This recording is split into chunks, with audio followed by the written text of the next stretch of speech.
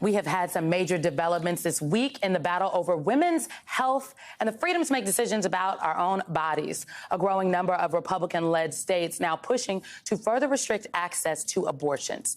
Inside the Nebraska state capitol, protests broke out yesterday after conservative lawmakers narrowly passed a bill banning abortions after 12 weeks. It also restricts access to gender-affirming care. Now, the bill is heading to the governor's desk where he's promised to sign it. North Carolina State Assembly approved a similar 12-week abortion ban by overriding the governor's veto. And in South Carolina, House Republicans passed a bill blocking abortions after 6 weeks. That is before most women even know they're pregnant. Right now, folks, look at this map. 14 states have enacted full abortion bans. As battles play out in local legislatures across the country, a federal appeals court is set to decide whether women should have access to the abortion pill mifepristone. Yes, a federal appeals court. During a contentious hearing this week, a 3-judge panel appeared skeptical of the FDA's 23-year-old approval of the drug. Here's an exchange that happened less than a minute into arguments. The district court's order is an unprecedented and unjustified attack on FDA's scientific expertise. No, I hate to cut you off so early, but you said unprecedented. We had a challenge to the FDA just yesterday.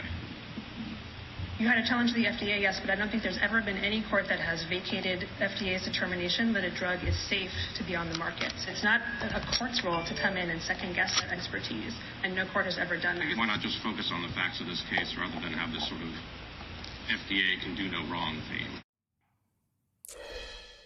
Let's bring in Fatima Goss-Graves, President and CEO of the National Women's Law Center.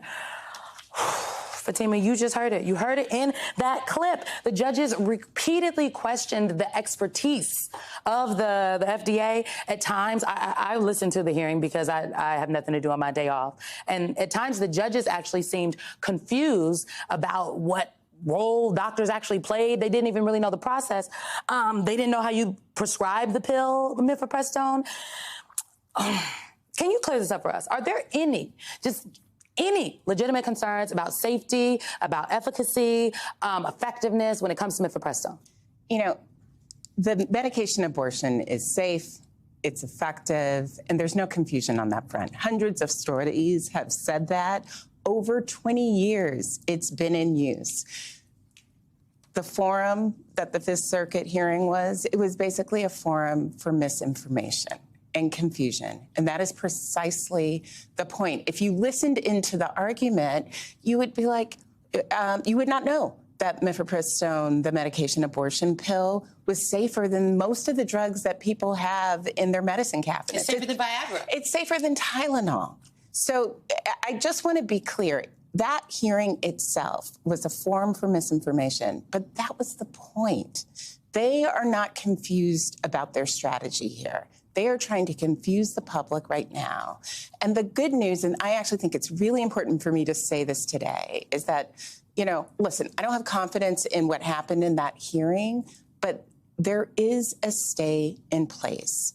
Medication abortion will remain available even after they issue a ruling. And I think that is important for people to know. But it also doesn't give me confidence over the long even after they issue a ruling? Because, I mean, the Fifth Circuit, and people should know, the Court of Appeals is the court, it is one of the most powerful courts in the country, second only to the Supreme Court of the United States of America. This is where they go to decide the majority of federal law. And the Fifth Circuit is quite possibly one of the most conservative courts of appeals. So what do you mean when you say even if they, let's just say they side with the Texas judge? Right. And I think there's a good likelihood, if you listen to that argument, that that is where they will land. The Supreme Court put a stay in place during this litigation. So we will not be in the place we were a month ago, where we were every day not knowing what was going to happen and whether or not a medication that had been in place for 20 years would be suddenly upended overnight. So we do have a very short reprieve, basically, while this litigation continues. And so by more litigation, you mean that, let's just say the appeals court comes back and says, we side with the Texas judge, mifepristone should not be sent through the mail, then it's an appeal to the Supreme Court? Right. It could go they could direct it back to the district court for more findings, or we could end up back very quickly in the Supreme Court. The bottom line is, What should be happening right now is not happening, right? This is a pretty clear-cut case. Never in the history have you had a situation where courts are saying they know more than the FDA. And if you listen to this hearing, you would understand why that is the case. They are not scientists. They are not medical providers. So it's sort of an outrageous form for misinformation. They also should have just said, this case should go away. We got it wrong, our bad. That didn't happen. We will continue to see litigation. But I think it's important to put this in the broader context that we are facing right now.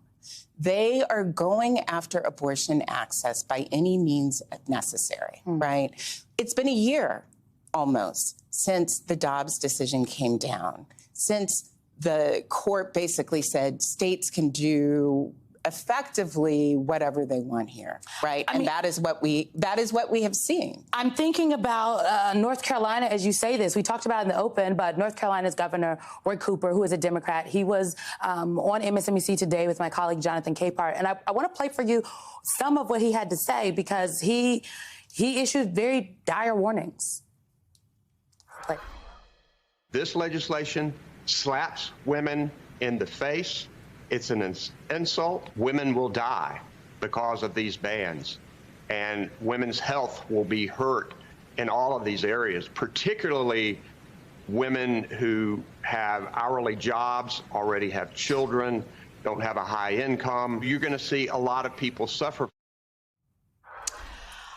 Fatima, in the time we have left, what is the state of abortion access now in North Carolina? And then across the country, what do you say to women who are watching this, even fathers, families, people who are watching this and say, it's feeling pretty bleak?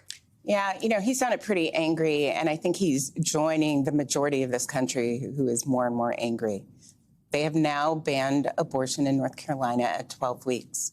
And that's important for not just the people in North Carolina, but for the large swath of country in the South, large parts of the Midwest, where abortion access is becoming less and less available.